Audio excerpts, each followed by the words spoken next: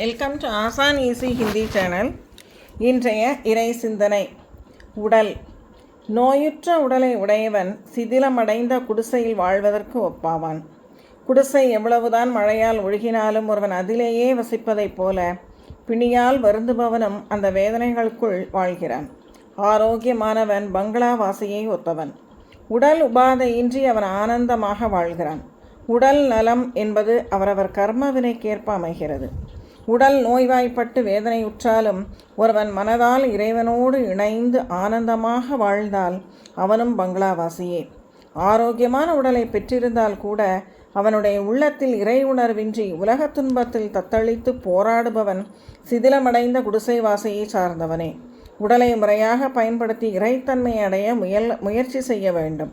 அதனால்தான் ஸ்ரீ ராமகிருஷ்ணர் கூறுகிறார், சரீரத்தினால் அனுபவிக்கும் துன்பங்களும் இன்பங்களும் எப்படிப்பட்டவையாக இருந்தாலும் உண்மையான பக்தனுக்கு ஞானம், பக்தி இவற்றின் மகிமை சக்தியும் ஒருபோதும் குறைவதில்லை என்று கூறுகிறார். ஆகவே உற்றவனே, இந்த உடல் என்னும் வாகனம் கொண்டு நான் உன்னை காணும் நாள் என்னாளோ, இந்த உடல் மூலமாகத்தான் அந்த ஆத்ம சக்தியை நாம் உணர முடியும்.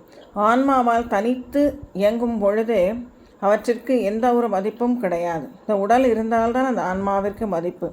ஆகவே இந்த உடல் என்பது ஆத்ம சக்தியை உணர்வதற்காகவே என்பதை உணர்ந்து ஆத்ம சக்தியை உணர்ந்து நாம் இறை சக்தியையும் உணர்வோம். வாழ்க வளமுடன். ஓம் சக்தி, ஓம் சக்தி, ஓம் சக்தி. வாழ்க ஆத்ம சக்தி. நன்றி.